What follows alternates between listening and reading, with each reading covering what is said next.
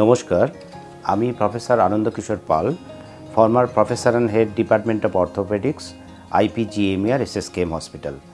আজকে শরীরের নাম মহাশয় চ্যানেলে আপনাকে সকলকে স্বাগত। আজকে আমরা একটা খুব সহজ আমাদের যে দৈনন্দিন জীবনে যে সমস্যাগুলো নিয়ে আমরা ভুগি এবং দৈনন্দিন জীবনের বিভিন্ন রকম সমস্যার সঙ্গে আমাদের শরীরের বিভিন্ন জায়গার ব্যথা এবং সমস্ত বিভিন্ন রকম যে অসুবিধাগুলো নিয়ে আমরা বিভিন্ন রকম প্রতিদিনই জর্জরিত হচ্ছি, সেইগুলো নিয়ে আলোচনা করতে এসেছি আপনাদের কাছে। আমাদের সমাজের অনেক বন্ধুদের দেখি, আমাদের সমাজ বন্ধু যাদেরকে বলি, তাদেরকে দেখি, তাদেরকে কর্মজগতের বিভিন্ন রকম ডিউটি সামলানোর জন্য হয়তো অনেকক্ষণ দাঁড়িয়ে থাকতে হয়। যেমন আমাদের যে পুলিশ বন্ধুদের আছে, ট্রাফিক পুলিশ, তাদেরকে অনেকক্ষণ দাঁড়িয়ে থাকতে হয়। তো আমি একে একে করে আসি। যেমন পুলিশ বন্ধুদের কি সমস্যা, যারা দাঁড়িয়ে থেকে অনেকক্ষণ ধরে কাজ করেন, তাদের যেটা সমস্যা হয়, অনেকক্ষণ দাঁড়িয়ে থাকতে তাদের নর্মাল যে পশ্চারটা, অর্থাৎ শরীরের যে আমাদের যে গঠনটা, সেটা একটুখানি পরিবর্তন হয়। কীরকম পরিবর্তন? আমাদের তাহলে একটু আগে চলে যাই, পিছনে যাই, তাহলে নর্মালি আমাদের কি হয়, ঘাড়ের পিছন দিকটা একটা কনকেভিটি থাকে, ঘাড়ের কোমরের দিকে একটা কনকেভিটি থাকে এবং ঘাড় এবং কোমরের মাঝখানটায় উল্টো জিনিস হয়, সেটাকে বলে কনভেক্সিটি। এটা আমাদের স্পাইনটা স্ট্রেট নয়, এটা একটা কার্ভেচারের সঙ্গে এটা রিলেটেড। তো আমরা যদি অনেকক্ষণ ধরে একইভাবে পশ্চারে কাজ করতে থাকি, দাঁড়িয়েই হোক বা বসেই হোক, তাহলে আমরা সামনের দিকে সাধারণত ঝুঁকে যাই এবং ঝুঁকে গেলে সমস্যা যেটা হচ্ছে, আমাদের এই পিঠের এই যে স্পাইনের যে কার্ভেচারটা নষ্ট হয়ে যায়।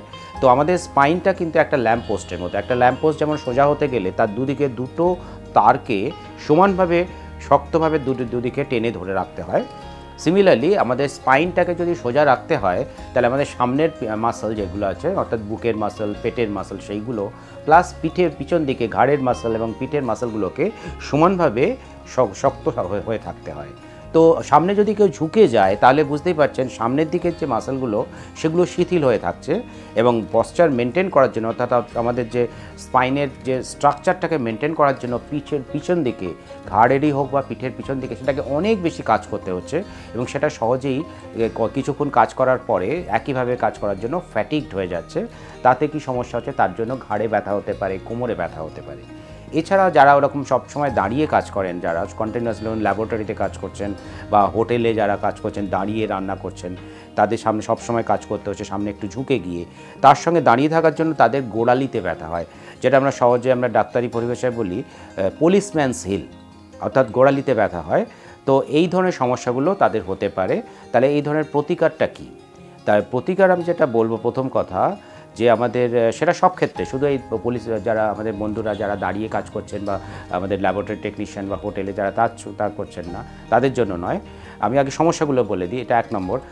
এছাড়া আমাদের আমাদের সমাজ বন্ধুরা রয়েছেন, তারা বসে কাজ করেন, বিশেষ করে পোস্ট কোভিড এরাতে। কোভিডের পরে দেখা যাচ্ছে যে অনেকে যে হোম অফিস তারা চালাচ্ছে, বাড়িতে বসে তাদের কাজ করতে হচ্ছে। এছাড়া বাচ্চাদের ক্ষেত্রে দেখা যাচ্ছে তাদের ভার্চুয়াল ক্লাস করতে হচ্ছে এবং এই ক্ষেত্রে যাদের কন্টিনিউয়াসলি বসে থাকার ব্যাপারগুলো আসছে, তাদের ক্ষেত্রে এরকম সামনে তারা বসে থাকতে সামনে ঝুঁকে যাচ্ছে। এছাড়া অনেকে বাচ্চারা কী করে, শুয়ে শুয়ে বই পড়ে, শুয়ে শুয়ে ল্যাপটপ করে, কাজ করে। তাদের ক্ষেত্রে এই যে আমি যেটা বললাম, শিরদাঁড়ার যে নর্মাল যে স্ট্রাকচারটা সম্পূর্ণ নষ্ট হয়ে যাচ্ছে। তাতে যে দাঁড়াচ্ছে যে কোনো মাসল বেশি কাজ করছে, কোনো মাসল একেবারেই কাজ করছে না, যাতে যে মাসলগুলো বেশি কাজ করছে তারা ফ্যাটিগড হয়ে গিয়ে তাদের সমস্যা তৈরি হচ্ছে। তাহলে এই ধরনের সমস্যাগুলো আমি একে একে আসি। তাহলে কী করে প্রতিকার আছে? নিশ্চয়ই তার প্রতিকার আছে। তো যেটা আমাদের কেন হচ্ছে, প্রথম কথা বলে নিই। যেটা হচ্ছে, দেখা যাচ্ছে যে আমাদের যে আগের প্রজন্ম, অর্থাৎ আমাদের যে বাবা দাদু যারা ছিলেন, তাদের এই ধরনের সমস্যাগুলো ছিল না। কারণ হচ্ছে তারা অনেক বেশি হাঁটাচলা করতেন, তাদের কায়িক পরিশ্রম করতেন, হয়তো অনেকটা হাঁটতে হাঁটতে গিয়ে দূরে গিয়ে তাদের বাস ধরতে হতো বা ট্রেন ধরতে হতো, এত সচ্ছলতা ছিল না। কিন্তু এখনকার মানুষের মধ্যে এই সচ্ছলতা এসেছে, তারা বাড়ি থেকে বেরোলেই তাদের টোটো আছে বা রিক্সা বা তাদের বাইকে করে চলে যেতে পারছে। কিন্তু এই জিনিসটা ছিল না, তাদের ফিজিক্যাল অ্যাক্টিভিটি অনেক কমে গেছে, এটা 1 নম্বর। 2 নম্বর হচ্ছে যে তারা আগেকার দিনে মানুষ হাঁটতে হাঁটতে শরীরে সূর্যালোক লাগাতো, অর্থাৎ সূর্যালোকের মধ্যে তাদের হাঁটতে হতো। তাদের গায়ে সূর্যালোক লাগানোর একটা সুবিধা হলো, সেটা হচ্ছে আমাদের সানলাইটের মধ্যে যে আলট্রাভায়োলেট বি থাকে, এই রেটা আমাদের স্কিনের মধ্যে যদি পড়ে, তাহলে পরে ভিটামিন ডি তৈরি হয়। এবং এই ভিটামিন ডিটা আমাদের শরীরের মধ্যে শরীরের পেশি এবং বোনস এবং অর্থাৎ হাড়ের যে ঘনত্ব বাড়াতে সাহায্য করে, পেশিটাকে শক্ত করতে সাহায্য করে, সবল করতে সাহায্য করে। কিন্তু আমাদের যে পরবর্তী প্রজন্ম অর্থাৎ আমাদের যে বাচ্চারা রয়েছেন এবং আমাদের কম বয়সী যারা আমাদের ভাই বোনেরা রয়েছেন, তারা কিন্তু এই বাইরে এই সূর্যালোকের মধ্যে হাঁটাচলা করেন না। তারা ইনডোর গেমস খেলতে স্বচ্ছন্দ আছে, তারা বাড়িতে বসে তারা ভিডিও গেমস খেলছেন, ভার্চুয়াল ক্লাস করছেন। এই সমস্ত সমস্যাগুলো এইগুলো থাকতে থাকতে তাদের ক্ষেত্রে এই সূর্যালোক না লাগানোর জন্য ভিটামিন ডি তৈরি হচ্ছে না, এবং তার ফলে পেশিগুলি কিন্তু কম বয়স থেকেই দুর্বল থাকছে, হাড়গুলি কিন্তু দুর্বল থাকছে এবং তাদের এই সমস্যাগুলো তৈরি হচ্ছে। তো এই ধরনের সমস্যাগুলো থেকে তাদের কিভাবে বেরিয়ে আসতে পারবে, তো আমি প্রথমে বলি দুটো ভাগে আমি ভাগ করে নিই। সেটা হচ্ছে যে ধরুন অ্যাডোলেসেন্ট, টিনেজার অর্থাৎ 11 থেকে 20 বছর বয়স পর্যন্ত তাদের কি করণীয়, এবং 20 থেকে 40 এটা যে active part of the life অর্থাৎ ইয়াং অ্যাডাল্ট মেল বা ফিমেল, তাদের কি করণীয়। প্রথমে বলি যে অ্যাডোলেসেন্ট যে বাচ্চারা, তাদেরকে কিন্তু যতটা এখন তারা ভীষণভাবে গ্যাজেট ম্যানিয়াক। একটা কথা এসে গেছে যে ফোমো অর্থাৎ ফিয়ার অফ মিসিং আউট। তারা কিছু না করতে করতে একটা মোবাইলে একটা ফেসবুকে একটা তাদের জিনিস পাঠাচ্ছে, তাদের অ্যাক্টিভিটি পাঠাচ্ছে লাইক পাওয়ার জন্য। তাদের প্রচুর ভার্চুয়াল ফ্রেন্ড, কিন্তু অ্যাকচুয়াল ফ্রেন্ড কেউ নেই, কথা বলতে ভুলে যাচ্ছে। তাহলে এই গ্যাজেট ম্যানিয়া থেকে তাদেরকে যতটা সম্ভব দূরে রাখার জন্য তাদের যে অ্যাক্টিভিটি, তাদের যে এনার্জিটাকে তাকে গঠনমূলক কাজে ব্যবহার করতে হবে। তার অনেক রকমের তার হ্যাবিট থাকতে পারে, কিন্তু হ্যাবিটটা চাপা পড়ে যাচ্ছে তাকে সময়ের অভাবে, তার এডুকেশনের প্রেশারের জন্য, তার বাবা মায়ের ইচ্ছা পূরণ করার জন্য তাকে যে সমস্ত কাজগুলো করতে হচ্ছে, তার এই হ্যাবিটসগুলো ঢাকা পড়ে যাচ্ছে। এই হ্যাবিটসগুলোকে ফ্লারিশ করার জন্য তাকে উৎসাহিত করতে হবে। কেউ হয়তো গান করতে ভালোবাসে, কেউ ছবি তুলতে ভালোবাসে, কেউ হয়তো খেলাধুলা করতে ভালোবাসে, তাদের এইগুলোকে উৎসাহিত করতে হবে। কেউ হয়তো ছবি আঁকতে বা তাদের লিখতে ভালোবাসে, তাকে লেখাটাকে প্রমোট করতে হবে, লেখাটাকে উৎসাহিত করতে হবে। তাদের যে এনার্জিটাকে চ্যানেলাইজ করতে হবে, তবে তারা এই গ্যাজেট ম্যানিয়া থেকে, গ্যাজেট একটা ডিপেন্ডেন্সি থেকে তারা মুক্ত হতে পারবে। এটা প্রথম কথা। দু নম্বর হচ্ছে তাদের কাজ তাদের করতেই হবে। তাদের বসেই কাজ করুন বা আপনাকে বাড়িতে ভার্চুয়াল ক্লাসই বলুন।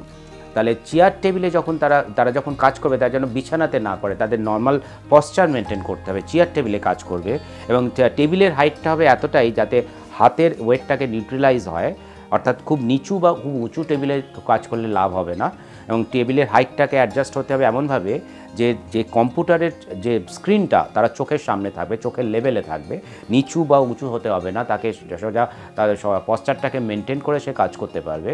হাতের লেভেলটা টেবিলের হাইটে রাখতে হবে, তার হাতটা যেন ঝুলে না যায়, ঠিক আছে, এটা দেখতে হবে। আর চেয়ারটাকে টেবিলের ভেতরে ঢুকিয়ে দিতে হবে যাতে করে টেবিলটা একদম বুকের কাছে চলে আসে, তাহলে সামনে ঝুঁকে কাজ করতে হবে না। আর তার সঙ্গে যদি অনেকক্ষণ ধরে কাজ করেন যারা, বিশেষ করে তাদের যদি আমাদের ভাই বোনেরা হয় 20 থেকে 40 বছর বয়সের মধ্যে, তারা আরেকটা জিনিস করতে পারেন। আমাদের পিঠের, আমি একটু আগেই বললাম পিঠের পিছনে একটা কনভেক্সিটি আছে, অর্থাৎ কেউ যদি সেইভাবে বসে দেখবেন যে আপনার চেয়ার এবং পিঠের মধ্যে একটা গ্যাপ তৈরি হচ্ছে। ওই গ্যাপের মধ্যে আপনি একটা ছোট পিলো রাখতে পারেন, যেটাকে ডাক্তারি পরিভাষায় বলা হয় লাম্বার পিলো। এই লাম্বার পিলোটা পিঠের পিছনে যদি কেউ রাখে, তাহলে সে সোজা হয়ে বসে অনেকক্ষণ ধরে কাজ করতে পারবে। আর এছাড়া অনেকে আবার এসির মধ্যে কাজ করেন, ঠান্ডা পরিবেশে কাজ করতে হয় তাদেরকে। তাহলে এই ঠান্ডা পরিবেশে যদি কন্টিনিউয়াসলি অনেকক্ষণ ধরে কাজ করেন, তাহলে কি সমস্যা হতে পারে, তাহলে পরে আমাদের এমনিতে শীতকালে কি হয়, আমাদের পেশিগুলি জমে যায়, অর্থাৎ তাদের খুব একভাবে কন্ট্রাকশন না হওয়ার জন্য রক্ত চলাচলটা অনেকটা কমে আসে। এই কারণে শীতকালে গাঁটের ব্যথা বাড়ে, বিভিন্ন জায়গায় বাতের ব্যথা বাড়ে। তা কেউ যদি কন্টিনিউয়াসলি যদি ঠান্ডার মধ্যে এসির মধ্যে বসে থাকে, তাহলে তার শরীরের পেশিগুলির মধ্যে রক্ত চলাচল ভালো হয় না, এবং তাতে সারা শরীরের মধ্যে একটা ইরিটেশন তৈরি হয়, একটা ব্যথা তৈরি হয়। তাহলে তারা যদি এসি থেকে একটু দূরে বসতে পারে ভালো হয়। এছাড়া যদি দরকার পড়লে বা সম্ভব হলে, তাহলে অন্তত 1-1.5 ঘন্টা অন্তর এসি থেকে একটু বেরিয়ে গিয়ে হেঁটে আসতে পারেন, খোলা হাওয়াতে ঘুরে আসতে পারেন, তাহলে তাদের পক্ষে মঙ্গল। এছাড়া আরও যেটা আমরা বললাম যে আগেকার দিনের মানুষেরা তারা অনেক কিছু হাঁটাচলা করতেন, এখনকার বাচ্চারা এবং আমাদের যে ভাই বোনেরা তারা সময় পান না, কিন্তু তাদের সময়টা বার করতে হবে, যে নিজেদের স্পেস তৈরি করতে হবে। অন্তত প্রতিদিন সকালে, বা যদি যারা সময় পান না সকালে বিকালের দিকে, সারা দিনে 24 ঘন্টার মধ্যে অন্তত যদি 1.5 ঘন্টা থেকে 40 মিনিট কেউ যদি একটু ওয়ার্কআউট করে। কীরকম ওয়ার্কআউট? তা আমরা যেটা বলি কোমরের জোর বা গাঁটের জোর। গাঁটের জোর মানে শুধুমাত্র যে টাকার জোর তা নয়, কোমরের জোর, যার বেশি কোমরের জোর বেশি আছে সে সাকসেসফুল বেশি হয়, সে খারাপ পরিবেশে মানিয়ে নিতে পারে। কেন মানিয়ে নিতে পারে? কোমরের জোর মানে কি, আমাদের যে অ্যাক্সিয়াল যে মাসল অর্থাৎ অ্যাক্সিস, এই যে আমাদের যে শিরদাঁড়ার আশেপাশে যে মাসলগুলো রয়েছে, পেটের মাসল, পিঠের মাসল, আমাদের শোল্ডার গার্ডল মাসলস, এই মাসলগুলোকে যদি আমরা স্ট্রং রাখতে পারি তাহলে কিন্তু আমরা অনেক দিন আমরা ভালোভাবে সুস্থ থাকতে পারবো এবং কাজ করতে পারবো। তাহলে কোমরের জোর বাড়ানোর জন্য যেগুলো করা দরকার সেটা আমরা ডাক্তারি পরিভাষায় বলি core strengthening exercise. Core strengthening exercise বা কোর স্ট্রেংথেনিং অ্যাক্টিভিটি, এই কোর স্ট্রেংথেনিং অ্যাক্টিভিটিগুলোর মধ্যে সব থেকে ইম্পর্ট্যান্ট কম বয়সে যেটা বাচ্চারা বা আমাদের কম বয়সী মানুষেরা করতে পারেন সেটা হচ্ছে সুইমিং, যেটা জিমন্যাসিয়াম, যেটা হচ্ছে ধরুন এরোবিক্স, সাইক্লিং তো এখন সারা যে কোনো বয়সের মানুষ করতে পারে, কম বয়স থেকে বেশি বয়সের মানুষ, ইভেন এজেড পার্সনরাও করতে পারে। যে কারণে এখন দেখবেন যে বিদেশে সাইকেল ট্র্যাক আছে, আপনার যে ফুটপাথের উপর দিয়ে যাওয়ার সময় সাইকেল ট্র্যাক করে দিচ্ছে, এখন আমাদের নিউ টাউনে রাজারহাটে তৈরি হচ্ছে সেগুলি। তো এই ধরনের কাজগুলি বা ফ্রি হ্যান্ড এক্সারসাইজ, এইগুলো যদি সে রেগুলার করতে পারে তাহলে তার শরীরের মধ্যে এই কোর স্ট্রেংথেনিং অ্যাক্টিভিটিগুলো তার জন্য মাসলটা প্রচণ্ড স্ট্রং হবে এবং তার জন্য সে অনেকক্ষণ ধরে কাজ করতে পারবে। এই ধরনের সমস্যা থেকে সে অনেকক্ষণ দাঁড়িয়ে কাজ করতে পারবে, সে ট্রেনের ড্রাইভারই হোক বা সে আমাদের ট্রাফিক পুলিশ ভাই হোক বা যেই হোক, তাহলে সে অনেকক্ষণ ধরে সে কাজটা ভালোভাবে করতে পারবে। আর এছাড়া যেটা বললাম, কেউ যদি বসে থেকে অনেকক্ষণ কাজ করেন, আমি একটা খুব সিম্পল একটা টিপস দিতে পারি বা দাঁড়িয়ে কাজ করার জন্য, সেটা হচ্ছে স্ট্যাটিক এক্সারসাইজ বা ওয়ার্কিং এক্সারসাইজ। আপনি যেটা বললেন যে push back continuous push back করে সামনে ঝুঁকে কাজ করার জন্য যে আমাদের পিঠের সমস্যা হচ্ছে, কোমরের সমস্যা হচ্ছে, তাহলে কেউ যদি বসে থাকতে একটা ধরুন চেয়ারে বসে আছে, তার লাগবে একটা চেয়ার বা টুল আর পিছনে একটা দেওয়াল। তা যদি পিছনে এইভাবে যদি প্রেস করে, মাথাটা যদি পিছন দিকে প্রেস করে, বডিটা প্রেস করে, হাত দুটোকে প্রেস করে পিছন দিকে, আর পাটাকে মেঝেতে প্রেস করে, এইভাবে প্রেস করে জাস্ট কাজের মধ্যে, তাকে আলাদা করে সময় দিতে হচ্ছে না, কাজের মধ্যে জাস্ট এই প্রেস করে এবার মাথাটা জাস্ট, আমি কোনো দিকে বাঁকাচ্ছি না, কেউ বুঝতেও পারবে না আমি ব্যায়াম করছি বা কেউ করছে কি না, মাথা পিঠ কোনোই পিছন দিকে চাপা এবং পা দিয়ে মেঝে, এটাকে আমি বলি ওয়ার্কিং পুশ ব্যাক এক্সারসাইজ। এইটা করে চেপে ধরে 1 2 3 4 করে 20 গুনবে রিল্যাক্স করবে, নিঃশ্বাস প্রশ্বাস স্বাভাবিক, অ্যাটলিস্ট 10 টাইমস পার আওয়ার, প্রতি ঘন্টায় 10 বার। এটা যদি কেউ করতে পারে তাহলে তার ঘাড় থেকে শুরু করে, তার পিঠ থেকে শুরু করে, থাইয়ের মাসল এবং পায়ের মাসল, সমস্ত মাসল একসঙ্গে কিন্তু কাজ করছে। এটাকে বলে আইসোমেট্রিক বা স্ট্যাটিক এক্সারসাইজ। এটা করলে পারলে সে ইভেন যদি সে এসিতে রয়েছে, এসিতে উঠে তার হাঁটা চলার সময় নেই বা তার উপায় নেই, তাহলে কিন্তু তার এই ঘাড়ের ব্যথা, কোমরের ব্যথা, বিভিন্ন জায়গার ব্যথা থেকে সে প্রতিকার পেতে পারে। এছাড়া যারা দাঁড়িয়ে কাজ করেন, যে সমস্ত ভাইরা দাঁড়িয়ে কাজ করছেন, তারা যদি একটা এরকম দেওয়াল পান, একটা দেওয়ালের এগেনস্টে দাঁড়িয়ে সিম্পল মাথা পিঠ, এরকম যেটা বললাম, মাথা পিঠ কনুইটাকে পিছন দিকে চাপা এবং পা দিয়ে মেঝেটাকে চাপা, এটা যদি চেপে ধরে মিনিমাম 1 2 করে 20 গুনবেন, ছেড়ে দেবেন, 10 বার করতে পারেন, তাহলে কিন্তু সে ভালো থাকবেন। এটা ভীষণ ইম্পর্টেন্ট।